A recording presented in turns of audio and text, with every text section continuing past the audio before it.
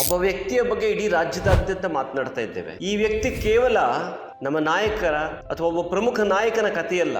ಈ ವ್ಯಕ್ತಿ ಒಂದು ಶಕ್ತಿಯ ಸಂಕೇತ, ಹೋರಾಟದ ಪ್ರತೀಕ, ನಿಷ್ಠೆಯ ಒಂದು ತತ್ವಕ್ಕೆ ಸಿದ್ಧಾಂತಕ್ಕೆ ಅಡ್ಡಿಕೊಂಡಂತ ಮಹಾನ್ ನಾಯಕ ಯಡಿಯೂರಪ್ಪಜಿಯವರ ಬಗ್ಗೆ. ಯಡಿಯೂರಪ್ಪಜಿಯವರು ಒಂದು ಕಾಲದಲ್ಲಿ ಹಳ್ಳಿಯಿಂದ ಹುಟ್ಟಿ ಬಂದು ಬಹಳ ಸಣ್ಣ ಪ್ರಮಾಣದಲ್ಲಿ ಬಂದು ರಾಜ್ಯದಾದ್ಯಂತ ಸಮಾಜಮುಖಿ ಕೆಲಸದಲ್ಲಿ ತೊಡಗಿಕೊಂಡು ಮುಖ್ಯಮಂತ್ರಿಯಾಗಿ 50 ವರ್ಷ ಸುದೀರ್ಘವಾದಂಥ ರಾಜಕೀಯ ಜೀವನವನ್ನು ಮಾಡಿದಂಥ ಯಶೋಗಾಥೆ, ಇದರ ಬಗ್ಗೆ ಮಾತನಾಡ್ತಾ ಇದ್ದೇವೆ. ಯಡಿಯೂರಪ್ಪಜಿಯವರು ನಮ್ಮೆಲ್ಲರಿಗೆ ಅಚ್ಚುಮೆಚ್ಚಿನ ನಾಯಕ. ಭಾರತೀಯ ಜನತಾ ಪಕ್ಷಕ್ಕಷ್ಟೇ ಅಲ್ಲ, ಕರ್ನಾಟಕದ ರಾಜ್ಯದ ಸಮಸ್ತ ಜನತೆಗೆ ಪ್ರೀತಿಯ ಯಡಿಯೂರಪ್ಪಜಿ.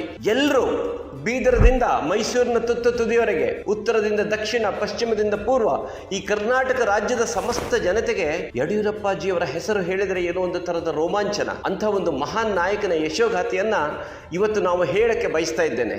ಒಂದು ಕಾಲದಲ್ಲಿ ಬಿಜೆಪಿಗೆ ಕರ್ನಾಟಕದಲ್ಲಿ ದಕ್ಷಿಣ ಭಾರತದಲ್ಲೇ ನೆಲೆ ಇಲ್ಲದಿದ್ದಾಗ, ಅಂದಿನ ಕಾಲದಲ್ಲಿ ಒಂದು ಸೈಕಲ್ ಅನ್ನು ಏರಿ, ಅಂದಿನ ಕಾಲದಲ್ಲಿ ದಿವಂಗತ ಅನಂತ್ ಕುಮಾರ್ ಜಿ ಅವರು ಇರ್ಬೋದು, ಅಥವಾ ಆಮೇಲೆ ತದನಂತರ ನಮ್ಮ ರಾಷ್ಟ್ರೀಯ ಸಂಘಟನಾ ಪ್ರಧಾನ ಕಾರ್ಯದರ್ಶಿಗಳಾದಂಥ ಸಂತೋಷ್ ಜಿ ಅವರ ಜೊತೆ, ಅಥವಾ ಇನ್ನೂ ಅನೇಕ ಹಲವು ಪ್ರಮುಖ ನಾಯಕರ ಜೊತೆ ಹಳ್ಳಿಗೆ ತಿರುದು ಕರ್ನಾಟಕ ರಾಜ್ಯದ ಮೂಲೆ ಮೂಲೆಗೆ ತಿರುಗಿ ಈ ಪಕ್ಷವನ್ನ ಹಳ್ಳಿಯ ಮಟ್ಟದವರೆಗೆ, ಗ್ರಾಮೀಣ ಮಟ್ಟದವರೆಗೆ ತಲುಪಿಸಿ ಬೆಳೆಸಿ ಪೋಷಿಸಿದಂಥ ಏಕೈಕ ನಾಯಕ ಸನ್ಮಾನ್ಯ ಶ್ರೀ ಯಡಿಯೂರಪ್ಪಜಿ ಅವರು. ಅವರು ನಡೆದು ಬಂದಂಥ ದಾರಿ ಬಹುಶಃ ನಮ್ಮೆಲ್ಲರಿಗೆ, ರಾಜಕೀಯ ಕಾರ್ಯಕರ್ತರಿಗೆ, ಯುವಕರಿಗೆ, ಮಹಿಳೆಯರಿಗೆ ಒಂದು ಪ್ರೇರಣೆ ಅಂತ ನಾನು ಈ ಸಂದರ್ಭದಲ್ಲಿ ಹೇಳಕ್ ಬಯಸ್ತೇನೆ. ವಿರೋಧ ಪಕ್ಷದ ನಾಯಕನಾಗಿರಬಹುದು, ಸಚಿವನಾಗಿರಬಹುದು, ಉಪಮುಖ್ಯಮಂತ್ರಿ ಆಗಿರಬಹುದು, ಅಥವಾ ಮುಖ್ಯಮಂತ್ರಿಯಾಗಿ ರಾಜ್ಯವನ್ನು ಆಳಿದಂಥ ಪರಿ ಇಂದಿಗೂ ಜನರು ಏನು ಹೇಳ್ತಾರೆ ಅಂದರೆ, ಈ ರಾಜ್ಯಕ್ಕೆ ಮತ್ತೊಮ್ಮೆ ಯಡಿಯೂರಪ್ಪನವರು ಬೇಕು ಅಂತ. ಆ ಯಶೋಗಾಥೆಯ ಹಿಂದೆ ಅದೆಷ್ಟು ಪರಿಶ್ರಮ ಇದೆ, ಅದೆಷ್ಟು ಅವರ ಒಂದು ಸಂಕಲ್ಪ ಶಕ್ತಿ ಇದೆ, ಅವರ ಬದ್ಧತೆ, ಅವರ ದೃಢತೆ, ಅವರ ಕಠಿಣ ನಿಲುವುಗಳಿವೆ. ಇದನ್ನು ಒಮ್ಮೆ ಯೋಚಿಸಿದಾಗ ಮೈಯೆಲ್ಲ ರೋಮಾಂಚನವಾಗುತ್ತೆ. ಅದರಲ್ಲೂ ಅವರ ಕಾರ್ಯವೈಖರಿಯಲ್ಲಿ ಬಹಳ ನಾವೆಲ್ಲರೂ ಮೆಚ್ಚುವಂಥದ್ದು ರೈತರ ಪರವಾದಂಥ ಕಾಳಜಿ, ಕೃಷಿಕರ ಪರವಾದಂಥ. ಯಾಕಂದರೆ ಈ ರಾಜ್ಯ, ಈ ಭೂಮಿ ಕೃಷಿಕರದ್ದು. ಕೃಷಿ ಇಲ್ಲದೇ ಇದ್ದರೆ ನಮಗೆ ಬದುಕಿಲ್ಲ.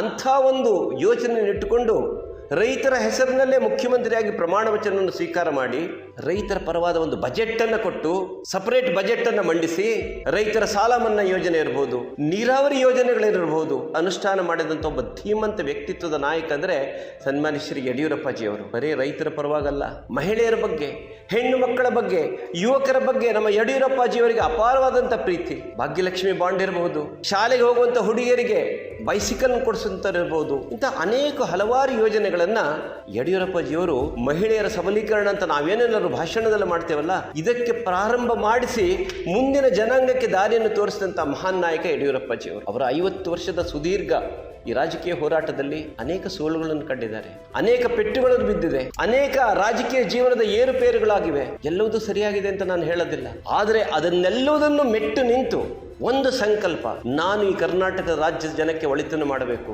ಕರ್ನಾಟಕದ ರಾಜ್ಯಕ್ಕೆ ಇಲ್ಲಿರುವಂಥ ಜನರಿಗೆ ನಾನೊಂದು ಪ್ರೇರಣೆಯಾಗಬೇಕು.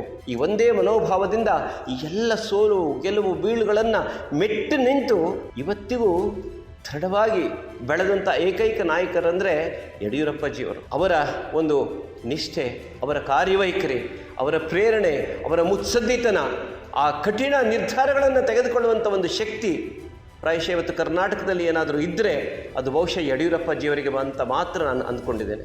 ಆ ಸುದೀರ್ಘ 50 ವರ್ಷದ ಜೀವನವನ್ನು ನಾವೆಲ್ಲರೂ ಗೌರವಿತವಾಗಿ ಆಚರಣೆ ಮಾಡಿ ಸಂಭ್ರಮಿಸುವಂಥ ಕಾಲ ಈ ಕಾಲ ಬಂದಿದೆ.